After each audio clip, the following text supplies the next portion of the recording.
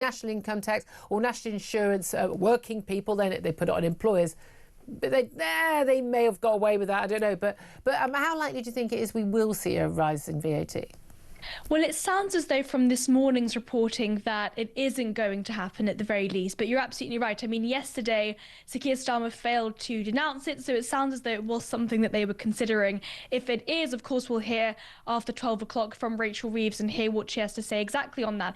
But you're absolutely right, Julia. What's interesting about this is they tried to sort of play with the definition of working people and say, when we're increasing employers' national insurance contributions, that is not increasing taxes on working people, which is, of course, a complete lie because it's the difference between the impact of tax and the incidence of tax. We absolutely know that increasing taxes on employers does have an impact on jobs, and it means that there are significantly less jobs available. We've seen a decline in the number of vacancies. In addition to that, we also saw the increase in the minimum wage, which, of course, adds additional pressure to employers. Which is great for those on the minimum wage, but it does have a knock-on impact, not just in private sector employers, whether it's worth hiring that extra employee or being able to put up wages. And again, you get the differentials for the next people up saying, well, what about my pay rise? But also for the public sector, because we're paying the minimum wage increase for everyone in the public sector too.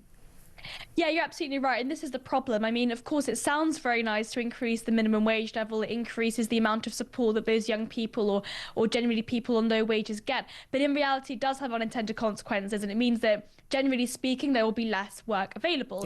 Now, that's one of the damaging things about that. I mean, you know, I was on a minimum wage job when I was 16. Perhaps the company that I was employed by wouldn't have been able to hire me if minimum wage was a lot higher. You know, there are many countries like Sweden, which do not have any minimum wage laws, and actually it can be negotiated freely. I don't agree. I don't agree with that. I mean, George Osborne always argued against it, saying, "Oh, we'd lose a load of jobs." I think employers should be able to have to pay a bare minimum of what people can actually live on. I think someone should be able to, you know, pay some basic bills on a minimum wage job. A lot of people don't just do that at 16; they do it their whole life, and people should be able to live on the minimum wage. A lot of people don't have power to negotiate their pay. Well, the point would be, how do we give them more of that power? We give them more of that power by having a growing economy in which there are more vacancies for them to choose from. This is true. That is exactly how you ensure that employees have more power. Yeah, but there are always some people who could be taken advantage of, and that's when we see where employers are going, well, let's go and hire these illegal migrants who can't work because we don't have to pay them a minimum wage. We can pay them half that or less than that, and they can't complain if we give them bad conditions or unsafe conditions because they've got nowhere to go for redress. So I'm not in favour of that, and I know a lot of, you know, I think we do need protections at the bottom end of the market. However, a lot of people entering that market will be young people. Now, the Chancellor is saying today she wants this youth jobs guarantee. We've heard, I mean, I don't know how many times we've heard these stories before, but we've got 1 in 8 young people who are NEETs, not in education, employment or training. It's gone up recently, but it's always been somewhere in that sort of realm for a very long time. It goes up, it goes down. But she says basically after 18 months, which is a shockingly long time, you basically, if you haven't got a job, we will find you something, either employment training or something else, but you won't be entitled to your benefits. First, do you believe even for a nanosecond she's actually going to follow through on that? Well, this is the point, right? Do we actually think that the government have the guts to actually implement this scheme in the first place is the real question. There are a lot of unanswered questions, and I'm hoping we'll get some of those answers this afternoon. Who are these businesses that are going to be employing these young people? Is 18 months a little bit too young? I mean, effectively, we've seen a huge amount of people go from being economically inactive because they were students to then being economically inactive due to long-term sickness. So between 2021 and 2022, it was more than 63,000 people that went from being economically inactive because they were students to then being long-term sick.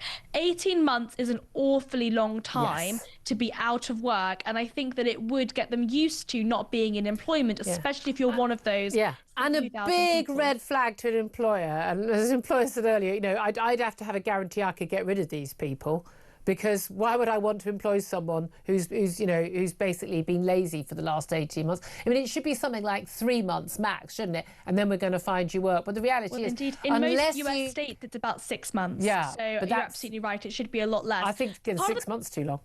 Well, indeed. I mean, part of the problem with this, Julia, is that there is no guarantee that any of this is going to work. I mean, how many times have we heard of these new employment schemes? Part of the problem is it is going to be taxpayers that are footing the bill for a lot of the wage subsidies. So the government have said that they are going to be subsidising a lot of these employment schemes. You and I, taxpayers, are going to be footing the bill for part of this. But there's also the problem where it's huge amounts of bureaucracy that are going to actually cost this. I mean, it's going to take thousands of new civil servants to actually implement the scheme in the first place. You know, benefits are effectively a cash transfer, which doesn't cost a huge amount in terms of the manpower to effectively have it happen, other than the actual money that's being spent. This scheme will be awfully expensive. But I think getting people back to work can be very expensive. But I do think one of the cheaper ways is to just simply, I mean, you're not entitled to any benefits. I genuinely think an awful lot of parents who don't really care if their kid's feckless or not, when they're getting their housing benefit paid into the family coffers, or their child is able to move out and get a flat, you know, get bed sit or whatever it is. I think when their kid is their problem, they're not earning, they're not doing training, and they're basically, you're not entitled to a single thing. I think a lot of parents might wake up and maybe start, you know, basically being a little bit firmer with their kids. But I think it needs to start an awful lot earlier. But this is the thing, as you say, the government backtracked on their pathetically minimal attempt at dealing with the welfare bill. I mean, there's just no chance whatsoever that they will actually just say to people, no, you're not sick, you feel anxious on a Monday morning, you feel a bit depressed. Well, doesn't everybody on a Monday morning? You know, lovely blue skies today, you should be feeling. Off you go, go and find a job. They are not going to. And they're part going of this, do this. you're absolutely, part of it is a cultural problem, isn't it? I think a lot of young people tend to think that they have a right to not work. This is also an unanswered question. The government is saying, at least with the leaks that we've seen this morning and yesterday, that there will be some requirements for sort of if you have a genuine reason to not work, but we have no idea what that genuine reason is. Well, tennis elbow. I mean, you know what I mean? Previously. But that's the thing. But also, it's not just a lot of young people think they've got a right to not work. They've also got a right to not take a job that they think's beneath them. We're going to have to get rid of that. I genuinely, I think one of the biggest problems we've got in society, I'm not joking, is not low self-esteem in young people. It's overweening high self-esteem. They need to be told, you have no opinions worth listening to, you don't know enough about the world, you're barely employable, and you need to prove yourself. Love you loads, but off you go. I genuinely think that would be a healthier thing to tell our young people. No offence if you're 18 and you think differently, but I'm still right. You're right. Well, I think we wrap people in cotton wool far too much. And look, the benefits bill is huge. The fact that we have a situation in which 25% of 16 to 65-year-olds are currently out of work is insane. And part of it is the huge benefit bill. Absolutely. Reem Ibrahim, thank you so much indeed, spokesman, Institute of Economic Affairs. See, I can't imagine Reem ever being unemployed. She'd be negotiating her salary. But you can tell, but not all young people are like that. And a lot of that is down to failed parenting, failed schooling. But at the end of the day, we can't go, oh, well, then we'll just leave you on benefits the rest of your life. Not going to happen.